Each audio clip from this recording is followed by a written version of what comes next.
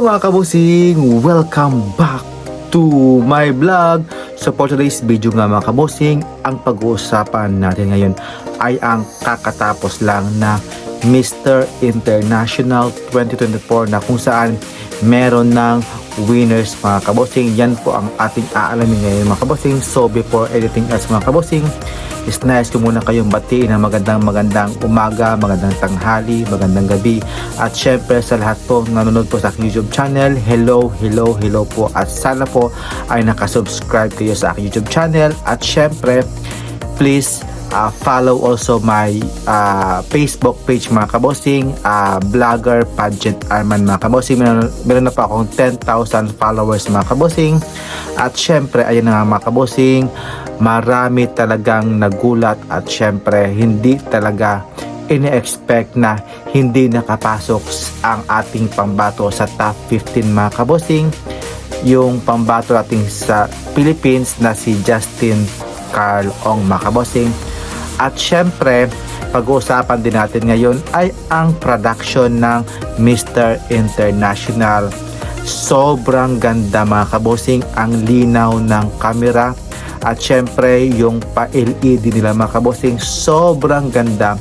Ito na yata ngayon yung pangalawa sa may mas magandang production mga kabosing, along with Mr. Supranational at syempre sa Mr. World mga kabosing. At syempre, ito yung Mr. International na from Thailand based mga kabosing. At syempre, yung mga nakapasok sa top 15 mga kabosing na si Nigeria, si France, si Italy, si Thailand, si Indonesia, si Colombia, si Mexico, si Vietnam, si Spain, si Venezuela, Korea, Cuba, Ecuador, Netherlands at China nga mga kabosing. Sila yung mga nakapasok sa top 15 final competition. At syempre, ligwak ang Pilipinas sa top 15 mga kabosing. I don't know kung bakit hindi nakapasok sa top 15 ang pambato natin. Kaya grabe, ang higpit talaga ng laban mga kabosing. Pero yung ibang sa top 15 ko, maraming hindi rin nakapasok mga kabosing, including also si India mga kabosing. Front runner din yan mga kabosing. I don't know ano nangyari doon. At syempre, nung nag-swimwear na mga kabosing, sobrang ganda ng katawan at yung mga pa-abs nila mga kabosing, sobrang perfect talaga yung music ni Kim Duin mga kabosing sa pa-swimwear nila mga kabosing. Maganda pala yung boses no ni Kim, yung reigning Mr. International. Ang ganda ng kanyang kanta. At syempre, narito yung kanilang mga pa-swimsuit kanilang mga kabosing, sobrang pulido talaga. At syempre, maganda talaga yung pagka-execute dyan ni Mr. Nigeria mga kabosing. At syempre, yung favorite ko din na si si Indonesia. Syempre, yung gusto ko talagang manalo dyan, si Nigeria, Indonesia, si Colombia, France at si Mexico. Sila yung gusto kong top 5 mga kabosing. Ayan na nga po, nung natapos na yung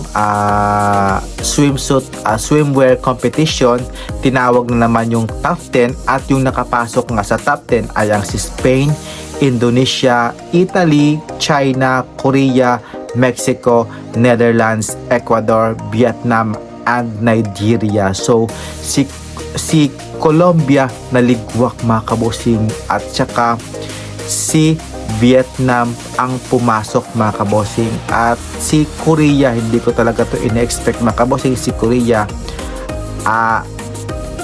naka top 10 talaga siya mga kabosing at naka top 15.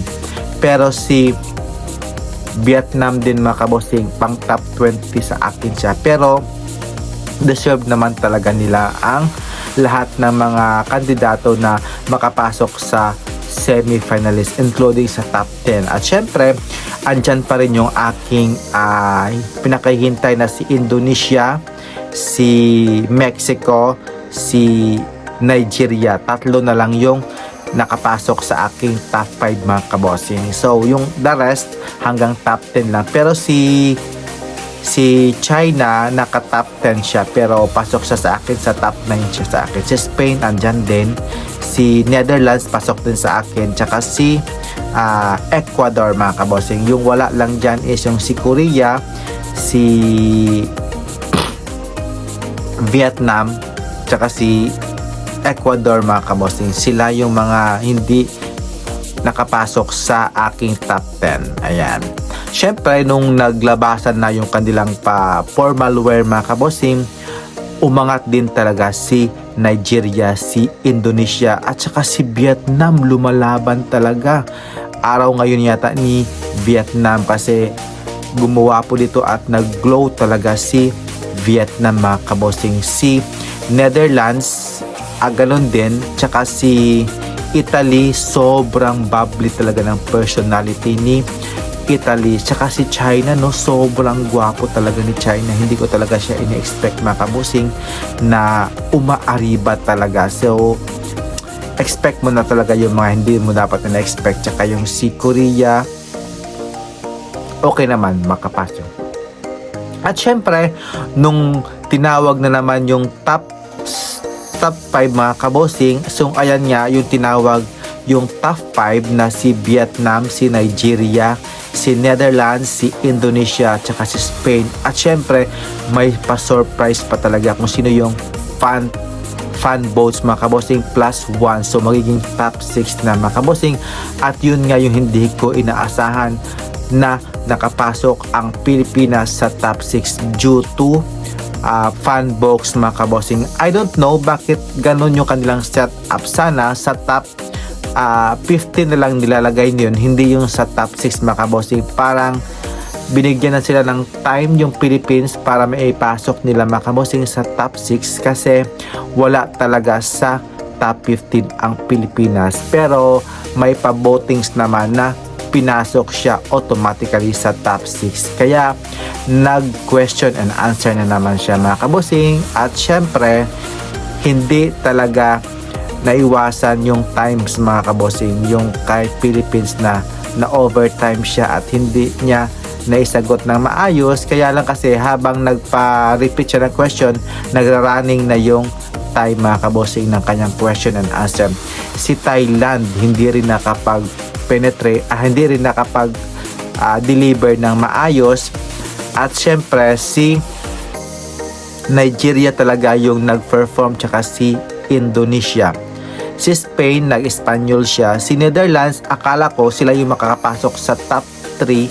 Si Nigeria, Netherlands, and Indonesia. Sila talaga yung napipisil ko talaga makakapasok sa top 3. Pero pinag-base nila doon sa mga jury. So, nila kung sino yung pwedeng dapat manalo. So, narito na nga, mga kabosing, yung top 3 na i-announce na nakapasok sa top 3 na si Vietnam, si Nigeria, si Indonesia, mga kabosing. So, wala talaga si Philippines at si Netherlands.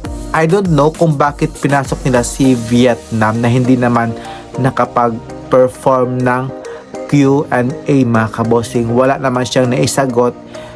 Binasa niya lang yung kung ano yung question, mga kabosing. So, doon talaga ako na nganga bakit pinasok nila si Vietnam instead of Netherlands, mga kabosing. Ayan. So, nung nag-final Q&A na, mga kabosing, so lahat nakapagbigay naman at nakapag-deliver na ng kanilang kanya-kanyang question sa isang question, mga kabosing. At syempre, lahat naman naisagot naman ng top 3 ni na Vietnam, ni Nigeria at ni Indonesia yung kanilang dapat i-express at para may impress talaga yung jury, mga kabosing, kung sino yung gustong manalo. So ayan na nga, mga kabosing. Pagkatapos niyan, i-announce yung top 3 at syempre yung mga winners, nag-announce na din sila kung sino yung mga best in swimwear, mga kabosing. At yan nga po yung best in swimsuit na pinalunan ni Mr. Nigeria, mga kabosing. So dito pa lang, waging-wagi talaga si Nigeria.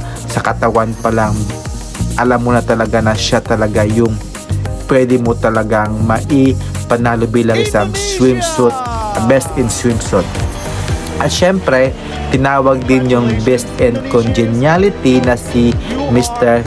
USA. Hindi rin siya nagpahuli kasi super jolly talaga ni USA at very commanding talaga siya. At syempre, yung nag-Best in National Costume, yun nga ay ang pangbato ng Pilipinas na si Justin Carl Ong. At syempre, yung nag-photogenic naman na from Netherlands. Ayan, so sila yung mga major awards na nanalo ng kanito na photogenic, national costume, congeniality at syempre nag-best in swimsuit. Ayan. Nung nag-announce na kung sino yung mga winners mga kabossing yung sa top 3, ayan, nagulantang talaga ako na nag-second runner-up nga lang si Indonesia along with Vietnam. So, yung gusto kong manalo talaga, yung magiging first runner-up ko at winners mo, naging second runner-up na si Indonesia. Ayan. Nung in-announce na yung top 2, pinapaharap na sila sa harap ng stage.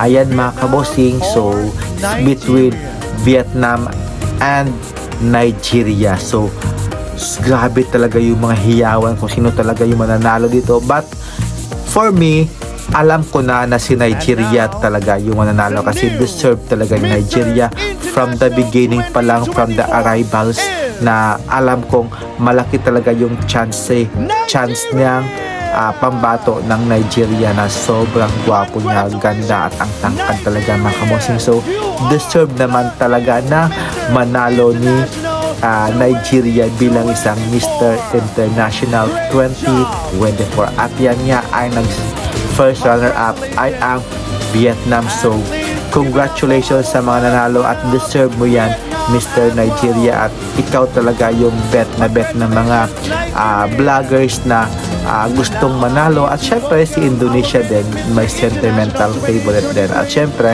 si France talaga yung number 1 ko talaga manalo, at si Mexico and Colombia. Kaya lang sa top 5 kayo talaga yung natitira kong better mga kabossing, si Nigeria at si Indonesia.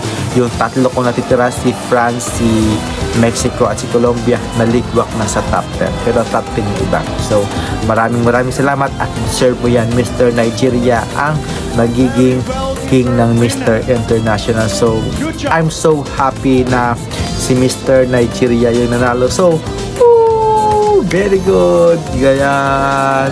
Deserve talaga yung kanya, yung question and answer pa lang, alam mo sa kanya na talaga yung corona bilang isang Mr. International. So congratulations and have a nice day mga kabossing, at see you in my next vlog. So congratulations sa mga nanalo, and then sa mga hindi na nakapasok sa semifinalist, better luck next time. Salo ulit kayo sa next edition sa Philippine based naman sa Mr. International. Malay mo kayo yung manalo. Thank you for watching guys. Bye bye.